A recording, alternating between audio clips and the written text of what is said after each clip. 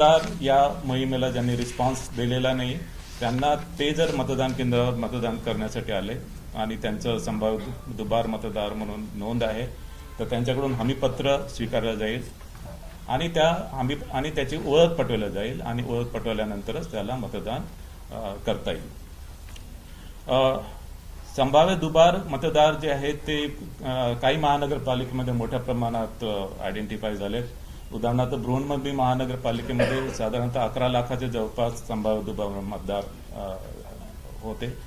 मात्र बृहन्मुंबई महानगरपालिकेने यासाठी सॉफ्टवेअरचं एक टूल डेव्हलप केलं आणि त्या सॉफ्टवेअर टूलच्या माध्यमाने आणि फील्ड व्हेरिफिकेशनच्या माध्यमाने त्यांची जी संभाव्य दुबार मतदारांची यादी आहे असेसमेंटप्रमाणे फक्त 7% त्या यादीपैकी 7% फक्त ऍक्च्युअल दुबार मतदार त्यांना आढळून आले।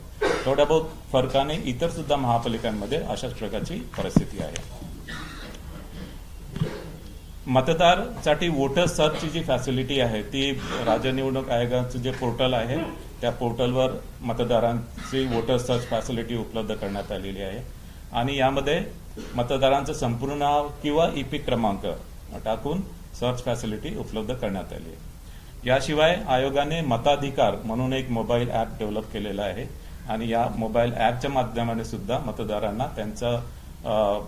त्यांचं नाव, त्यांचं प्रभाग कुठल्या प्रभागामध्ये आहे आणि मतदान केंद्र कोणते आहे हे त्यांना या मताधिकार मोबाईल ॲपच्या माध्यमाने उपलब्ध होणार आहे। हे मोबाईल ॲप सध्या अँड्रॉइड प्लॅटफॉर्मवर अवेलेबल आहे आणि हे iOS प्लॅटफॉर्मवर सुद्धा अवेलेबल आम्ही करून देतो आहे। मतदार जनजागृतीसाठी वेगवेगळे क्रिएटिव्ह रील्स आणि गीत आयोगाच्या माध्यमाने तयार केलेले त्याचा वापर करणार आहोत आणि याशिवाय महापालिका आयुक्तांना 32 विविध प्रकारच्या ज्या मीडिया ऍक्टिव्हिटीज आहेत त्याच्या माध्यमाने सुद्धा मतदार जनजागृती करण्यासाठी त्यांना आपण निर्देश दिलेले आहे।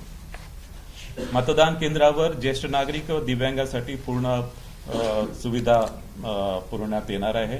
त्यामध्ये तान्याबाळासह असणाऱ्या स्त्रिया, गरोदर स्त्रिया, ज्येष्ठ नागरिक आणि दिव्यांग यांना मतदान केंद्रावर मतदान करण्यासाठी प्राधान्य दिले जाणार आहे।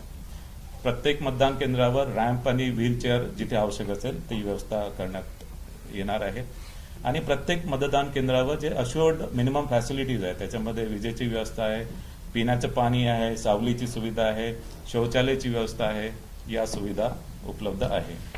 काही मतदान केंद्र हे आदर्श मतदान केंद्र म्हणून असतील आणि काही मतदान केंद्र हे पिंक मतदान केंद्र किंवा गुलाबी मतदान केंद्र असतील। या मतदान केंद्रामध्ये मतदान केंद्रातील सर्व अधिकारी कर्मचारी, सर्व सुरक्षा कर्मचारी हे महिला असतील।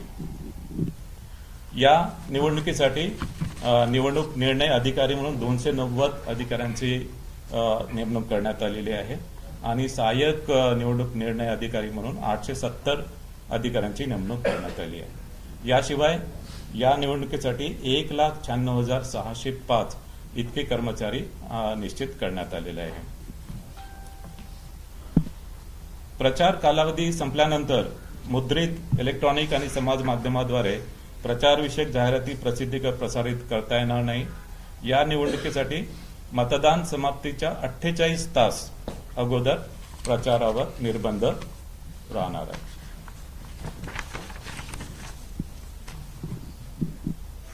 महापालिका स्तरीय माध्यम प्रमाणन व संनियंत्रण समिती स्थापन करण्यात आलेली आहे आणि विविध प्रसार माध्यमातील वृत्तांकनाच्या बाबतीत पाहणीसाठी संनियंत्रण व देखरेख या समितीमार्फत करण्यात येईल। राज्यस्तरीय माध्यम प्रमाणन व संनियंत्रण समिती सुद्धा स्थापन करण्यात आलेली आहे। याशिवाय राजकीय पक्षांशी वेळोवेळी संवाद साधण्यात आलेला आहे। राजकीय पक्षांसोबत बैठका घेऊन त्यांच्या सुद्धा सूचना विचारात घेण्यात आलेल्या आहे। स्टार कॅम्पेनरची संख्या ही 20 वरून 40 करण्यात आलेली आहे। आता मी थोडक्यात आकडेवारी सांगतो। एकूण महानगरपालिका ज्यांची निवडणूक होणार आहे त्या 29 आहे।